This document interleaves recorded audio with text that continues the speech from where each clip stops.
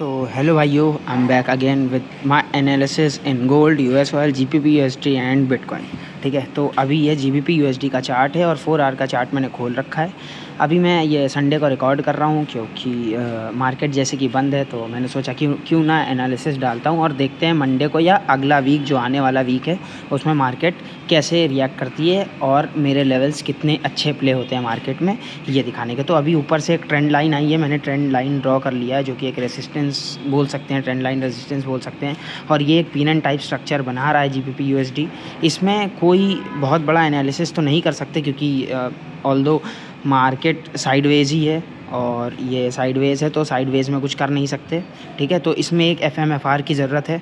तो एफएमएफआर मतलब fake move then reversal. ठीक है, पहले फेक मूव। तो ये एक एलिप्स है, ये पीछे की डिमांड आगे लगाई मैंने। यहाँ से रिवर्सल एरिया था जहाँ से मार्केट को हम सेल कर सकते थे। मार्केट को अगर वहाँ से सेल करते, मार्केट को गिरना चाहिए था, थोड़ा तो गिरना चाहिए था, पर मार्केट नहीं गिरी क्योंकि वो फ्राइडे था। फ्राइडे को मार्केट नहीं गिरी, मार्केट कंसोलिडेट हो गई और अपने एक ही रेंज में चलने लगी और पीनेंट बनाया मार्केट ने। तो ये एक पीनेंट बना हुआ है। ठीक है, और इस पीनेंट का एफएमएफआर हमें चाहिए। ठीक है, तो पहली कंडीशन ये रहेगी कि ऊपर जाए मार्केट फिर नीचे आए, और दूसरी कंडीशन ये रहेगी कि मार्केट नीचे जाए फिर ऊपर जाए।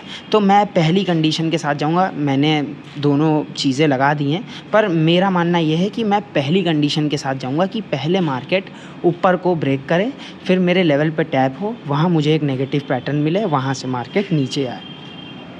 ठीक है, मैं पहली कंडीशन के साथ रहूँगा। अब इसमें मेजर कर लेते हैं सप्लाई डिमांड। तो मैंने डिमांड सप्लाई कर ली, डिमांड मेजर कर ली है, ये वाली डिमांड मैंने लगा दी है। 2 एरियाज़ लगाऊंगा, एक 50%, एक 100%। ठीक है, ये 50% मैंने लगा दिया है। यहाँ पे मुझे कोई 50% एरिया पर वैसे तो लगता नहीं कि 50% एरिया से मार्केट रिएक्ट करेगी, 100% एरिया से करना चाहिए, बट मैंने लगा दिया है कि अगर 50% एरिया पे मुझे 5 मिनट या 15 मिनट में कोई भी नेगेटिव पैटर्न मिलता है, 15 मिनट में मुझे कोई भी नेगेटिव पैटर्न मिलता है, तो मैं 1:1.5 या 1:2 के लिए मार्केट में जा सकता हूँ। ठीक है, और अगर 100% पे लेवल टैप करता है और पीछे की लिक्विडिटी सारी स्वीप करता है, तो फिर वहाँ पे हम थोड़े से बड़े टारगेट के लिए बैठ सकते हैं क्योंकि मार्केट पहले से ही डाउन ट्रेंड में है। इसलिए मेरा 100% बहुत ज़्यादा मेरे लिए वैल्यूएबल होने वाला है, इतना ज़्यादा 50% नहीं होने वाला। फिर भी अगर 15 मिनट में 50% एरिया पे भी अगर मार्केट एक नेगेटिव पैटर्न देता है, तो मैं 1:1.5 या 1:2 के लिए जाऊँगा। ठीक है, और 100% पे अगर लिक्विडिटी स्वीप करके मार्केट 15 मिनट पे या 30 मिनट पे भी कोई नेगेटिव पैटर्न मुझे देता है, तो मैं थोड़े से बड़े टारगेट्स के लिए जाऊंगा क्योंकि मैं ट्रेंड के साथ ही जा रहा हूँ।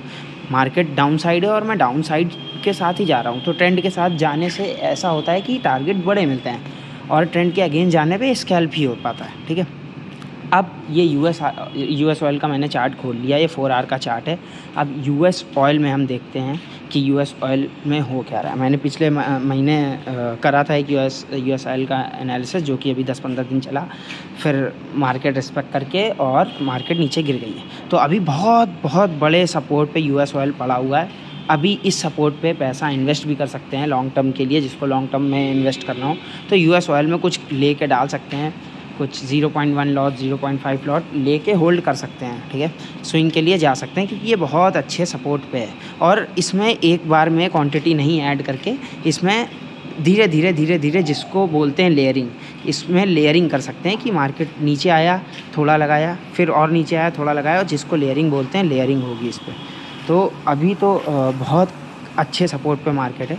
ठीक है, तो अभी तो मैं इसमें भी डाउन साइड के लिए जाऊँगा जब तक इस सपोर्ट तक मार्केट ना आए। ठीक है, तो अभी इसमें सप्लाई डिमांड मेजर कर लेते हैं और देखते हैं क्या होता है क्या नहीं होता है। अभी मैं डाउन साइड के लिए हूँ मार्केट में। यूएस ऑयल में भी मैं थोड़ा सा मेरा व्यू डाउन रहेगा क्योंकि मार्केट पहले से ही बहुत ज़्यादा गिर चुका है। बीच में थोड़ा सा मार्केट ने रिकवर करने की कोशिश करी थी लेकिन उसके बाद फिर से गिर चुका है। अभी 50% एरिया से टैप करके मार्केट नीचे आ रहा है। ठीक है, तो अभी यूएस ऑयल में मैंने सप्लाई डिमांड मेजर करी और यहाँ से नीचे गिर गई है मार्केट। अब देखते हैं कि मुझे चाहिए कहाँ से, मैं कहाँ से ट्रेड ले सकता हूँ। तो इसमें मेजर करता हूँ और देखता हूँ कि कहाँ से मुझे मिलेगा, और इसमें स्वीप करना ज़्यादा ज़रूरी है। यहाँ से भी थोड़ा सा मार्केट मोमेंटम दिखाएगा और बाय साइड के लिए थोड़ा सा मार्केट जा सकता है। यहाँ पे एक मेरा लेवल नीचे, इस सपोर्ट के नीचे भी मेरा लेवल दिख रहा है, ये देखिए ये सबसे नीचे मेरा एक लेवल आ चुका है, तो यहाँ पे मैं अच्छी क्वांटिटी में लेके बैठ सकता हूँ बाय साइड के लिए। लेकिन उससे पहले मैं थोड़ा सा डाउन साइड के लिए मैं रहूँगा, क्योंकि पहले से ही बुलिश एंगल्फिंग आ चुकी है और बुलिश एंगल्फिंग फ़ेल होती हुई दिख रही है। बुलिश एंगल्फिंग ये वाली फ़ेल होती हुई नज़र आ रही है, जो कि जब मार्केट खुलेगी तो फ़ेल हो ही जाएगी ये बुलिश एंगल्फिंग। तो ये मैंने मेजर कर लिया और ये यहाँ पर से थोड़ा सा मार्केट ने मूव दिया है, जो कि बुलिश एंगल्फिंग बनाया, और यहाँ पे बुलिश एंगल्फिंग वालों को ट्रैप किया है मार्केट ने।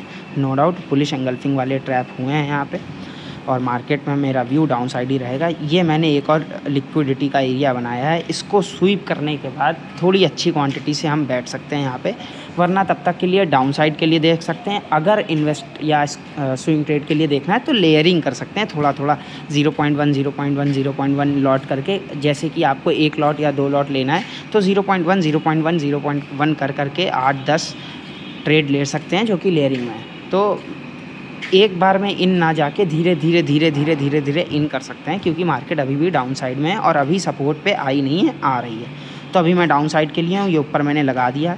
और FMFR यहाँ भी होते दिख रहा है मुझे, क्योंकि मार्केट बीच में बहुत ज़्यादा कंसोलिडेशन में, देखो छोटी छोटी कैंडल्स बनी हुई हैं। तो ये 51.5x से भी नीचे आ गई है, और यहाँ पे कंसोलिडेशन है, इसका भी मुझे FMFR चाहिए। FMFR क्या ही चाहिए, जाएगा ही नीचे ही। अभी US ऑयल और नीचे जाएगा, जब सपोर्ट तक US ऑयल जाएगा वहाँ पे फिर कुछ एक्टिविटी दिखती है, कोई पॉजिटिव पैटर्न दिखता है या कुछ भी दिखता है, तो वहाँ से ट्रेड लेने वाला है। अभी देखो ये एक पैरेलल चैनल या छोटा सा एक पैरेलल चैनल ही है, ये पैरेलल चैनल बोल सकते हैं। इस पैरेलल चैनल को ब्रेक करके या तो मार्केट थोड़ा सा ऊपर जाके फिर नीचे आएगा, या तो मार्केट डायरेक्टली नीचे चला आएगा। US ऑयल में भी मेरा व्यू डाउन साइड का ही है।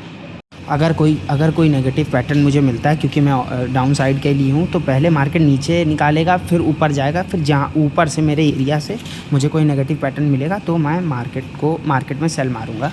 बिना FMFR के मैं सेल नहीं मारूंगा कुछ भी, ठीक है। तो मुझे सपोर्ट पे चाहिए मार्केट, नीचे मेरे एरिया पे बाय करूँगा। अभी के लिए मैं बेयरिश हूँ US ऑयल में, तो मुझे अभी के लिए मैं बेयरिश हूँ और मुझे US ऑयल में सेल ही करना है। अब ये आ जाते हैं गोल्ड पे।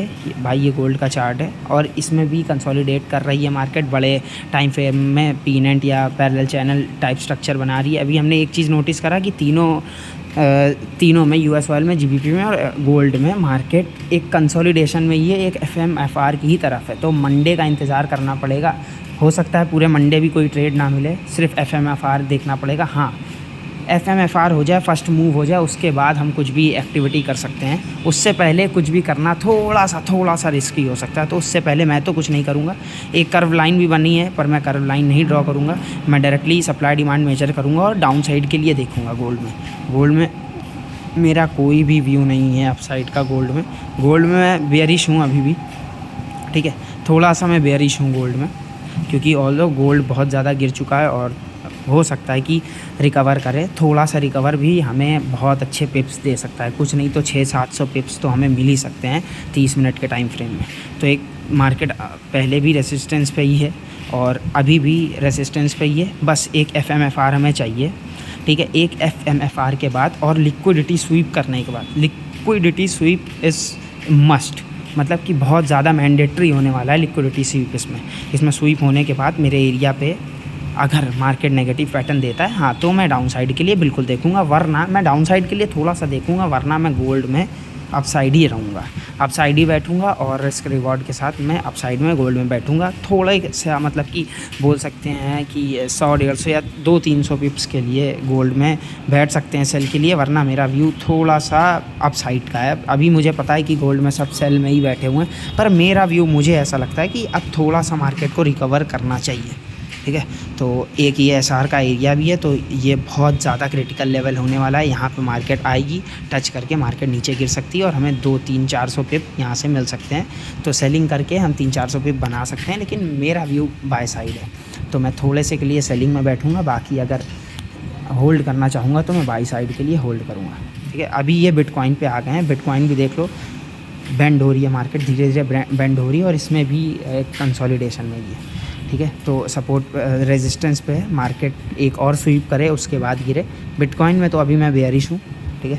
थोड़ी देर के लिए मैं बिटकॉइन में बेयरिश हूँ, क्योंकि ऑल्दो मार्केट बहुत ज़्यादा बेंड हो रही है।